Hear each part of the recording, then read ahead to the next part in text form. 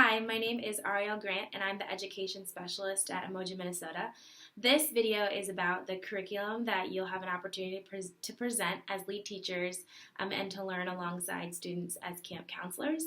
But before I begin, I just want to say thank you so much. You are such an important part of Umoja.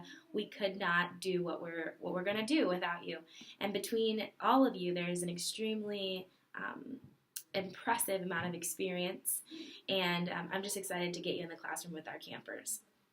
So one thing that I want to make note of is that our camp curriculum is written specifically for Umoja campers. But that being said, there is absolutely flexibility for you to put in your own flavor. You are teachers that have world experience outside of Umoja, and we hope that if you have a game that you love or a book that features an African American boy or girl that you'd like to feature in your classroom, we'd invite you to do those things. And to feel free to collaborate with me about our curriculum. I would love to continue to grow in my ability to write curriculum for you, and so I want to hear your feedback throughout Umoja and after as well. So Umoja, Minnesota serves transracial families, as you know, and the point of our camp curriculum time with the youth, whether they're infants or 18-year-olds, is to create a space where they feel safe to express their experiences about being an African American, about being a foster child or an adoptee, a space where they can begin to explore what it means to be Black, a space where they can learn about African American history, and we are particularly going to explore the history of poetry and spoken word and rap in African American communities on our January 11th through the 13th Umoja Camp. So I hope you're as excited as I am. So together, let's review the middle school Umoja curriculum. You'll often find that middle school Umoja is referred to as MSU in your teacher's notes or in your time chart. And I'll actually be referencing this time chart as we review the curriculum, so feel free to pull that out. Your teacher's note is basically an expanded version of this time chart with a little bit more details and actual dialogue and scripted conversation discussion questions if you feel the need to refer to them. So the curriculum as a whole is just meant to be something made available to you, but I know that there's so much experience in our team of teachers for Umoja this year, and so I want to invite you to make any changes you see fit, to make suggestions, to substitute a certain activity or book for another that you think is a good tool to illustrate what we're going for Umoja this year. So the theme for Umoja as an entirety for 2018 is We Tell Our Story, and we're specifically looking at poetry and spoken word and rap for this January Umoja as the exploration for that idea of telling our story through those subjects and through those forums. So in your classroom for middle school Umoja, you'll begin by joining the high school Umoja in a larger room. So you won't actually you won't start off in your classroom. You'll start off in the high school area, and you'll start by really getting excited. So what we want is for campers, both high school and middle school, to feel engaged immediately, to feel like, okay, this is going to be a fun place to be, this is a place where I can laugh, this is a place where I can be a kid, maybe for a camper who hasn't always felt that way in their life. So we're going to start off by doing a little lip syncing / karaoke. So we'll have a series of songs already picked out, and we're looking for kind of the most popular rap songs throughout the last 20, 30, 40, 50 years, and allow people to come up and show their skills at how well they know these songs by rapping. And I really would encourage any volunteers, camp counselors, and teachers to prepare a song and let me know what song you're thinking, because what we want is for teachers to show students, I can be silly so you can be silly, I can let down so you can let down. With high schoolers and middle schoolers, there's a temptation to be too cool, which can keep them from really engaging with the content of curriculum, and so this is our way of saying, don't worry about being cool here, we already think you're cool, just come and be yourself. So after we do a little bit of goofy rapping and singing together, I will actually come up with the teachers and introduce some of the teachers, introduce myself, and welcome everyone to Umoja. I'll also introduce camp counselors because they play an important role for middle school and high schoolers as they do their small group discussions, and those small groups, you'll notice in your notes, are called squads. And so the camp counselors lead the squads, lead teachers lead the classrooms. So I'll introduce everybody, and announce which students are in which squads. And again, we want to encourage excitement at this point, and so we'll have camp counselors kind of get excited with the campers and really greet them when they come over to wherever they're standing in the room. Once they're in their squads, we'll encourage camp counselors to huddle up with the campers and to create a squad name and even a quick rhyme that reflects their squad. And then we'll go around the room and we'll call out one squad and have them kind of present their rhyme to everybody together. And that just builds some camaraderie. It builds a culture that we're really trying to implement within Umoja, an identity as a community. And so we, again, encourage all volunteers and teachers to be enthusiastic about that as well. And then towards the end of that section, I'll just encourage campers to stay engaged with you, the teachers, and the camp counselors and the volunteers, and reiterate our theme, which is we tell our story. That at 9:35, teachers will have had led their campers to the classroom and begin their introduction. So they'll reintroduce themselves and announce camp guidelines. And so the 3 camp guidelines that we really want to stick with for the campers are respect others, and the others can mean other campers, it can mean teachers, it can mean volunteers, to listen well, and to be kind to oneself, to be kind to yourself. Especially when campers are talking about their own story, there can be a tendency to talk down about themselves sometimes, or to not be as gracious with themselves as they ought to be. So I want to encourage not only like positive self-identity, but also for this to be a safe where we encourage each other as opposed to put each other down, and that goes for ourselves as well. So from there will be a game where you'll do lightning poetry game. It's just a brief introduction to poetry, and the notes can be found in your teacher's notes for those of you that are leading the classroom. And this is actually a game that was suggested by a special guest that will join middle school and high school later on in the day. So we're excited to have that implemented into our curriculum this year. And then from there, at about 9:50, you'll start with a couple open-ended questions. I really believe in facilitated conversation. I think it's the best way to engage students. And so you begin by questions that are personalized, right? That an answer for me might be different than an answer for you. So maybe a question like, what's the best place you've ever been? Or relating a topic of discussion to a personal experience for a child. And so also encouraging them to get out of their shell a little bit and contribute to the conversation, because so much of what we hope students learn is something that you as lead teacher or even volunteers can't on your own provide, but something that we need to do together. So lead that class discussion as the lead teacher, and then the lead teacher goes on to introduce a story that will be weaved throughout the entire day. This is referenced in the time chart as Kaya's poetic ancestors, and you'll begin by kind of setting up the story, talking about how you're going to refer to the story later on, and then diving directly into an activity. This activity is the African flag activity. Instructions can again be found in your teacher's notes, and this is just a chance to explain to these campers that Africa is not a country, that it's a continent, and to kind of place where on the map we're beginning with our story. And then you'll go on to do the first part of the story, which really takes the classroom and the main character's story to West Africa, where she encounters a griot, which is a type of poet. And so through the story, you'll explain what a griot is, what role they play in the community, and how important that role is to the history of African Americans and poetry.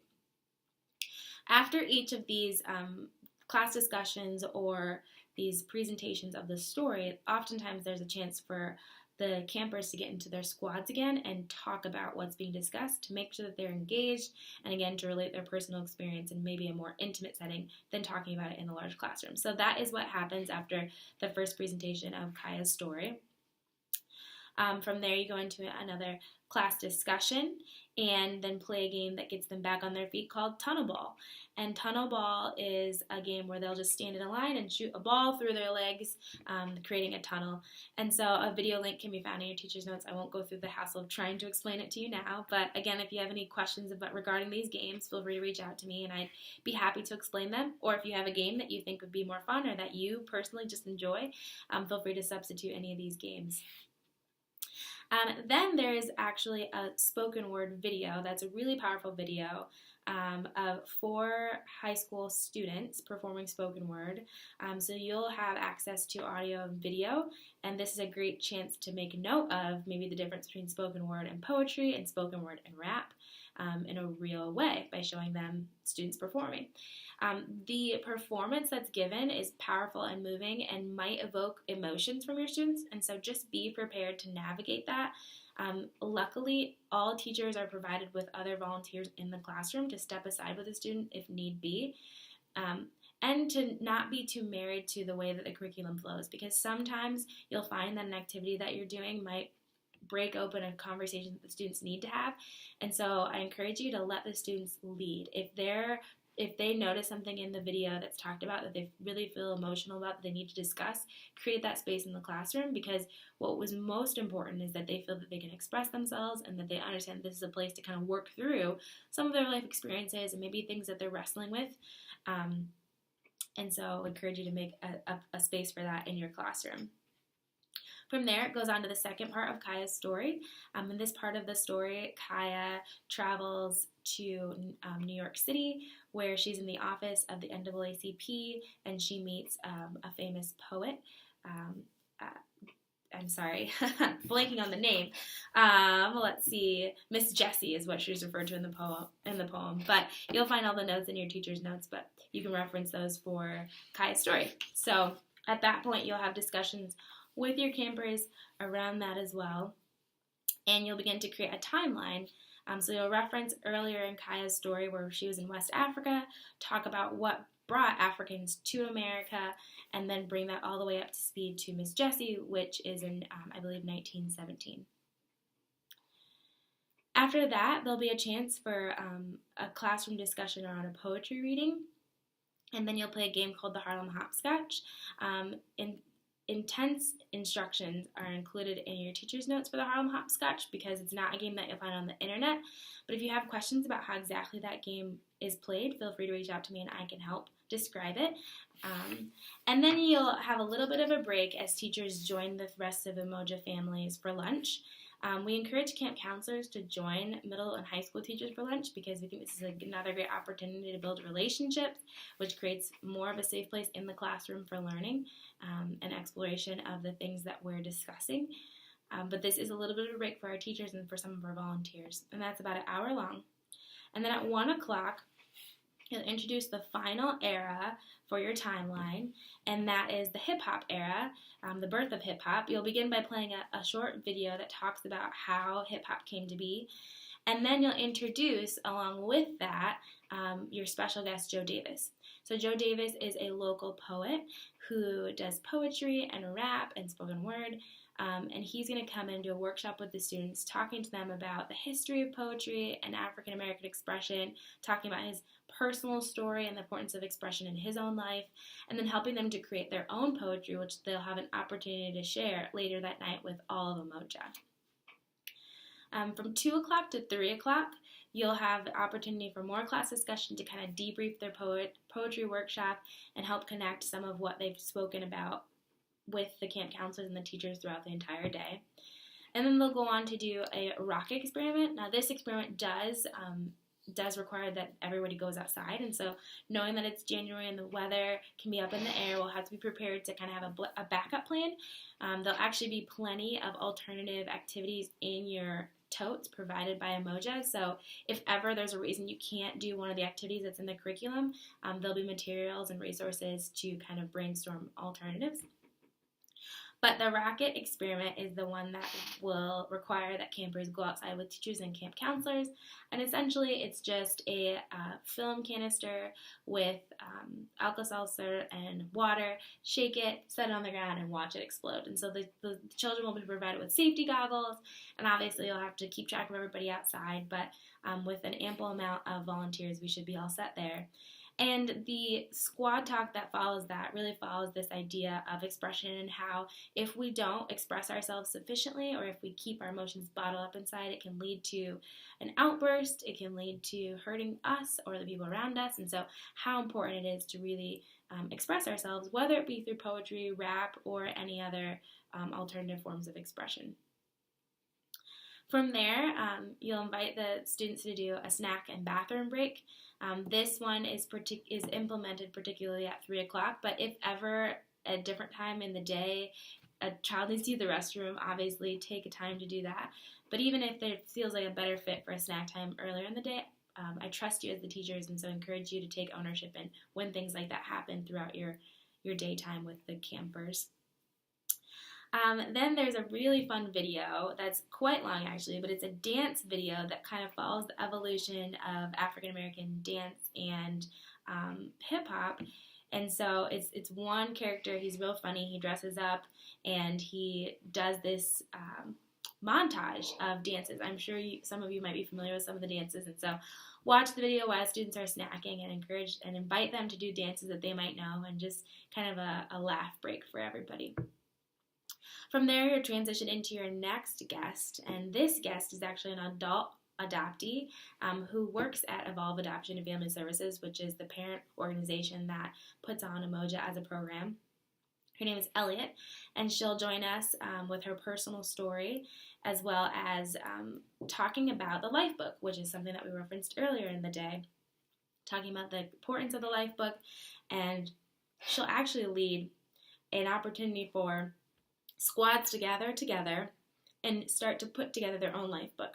They won't actually do more life book worksheets, but what they will do is put together a binder and kind of put together the sections of a life book so that they might go home and put together a life book at home. Parents will also be primed and prepped for this workshop, and so students will have an opportunity to talk with their parents about this when they return home as well.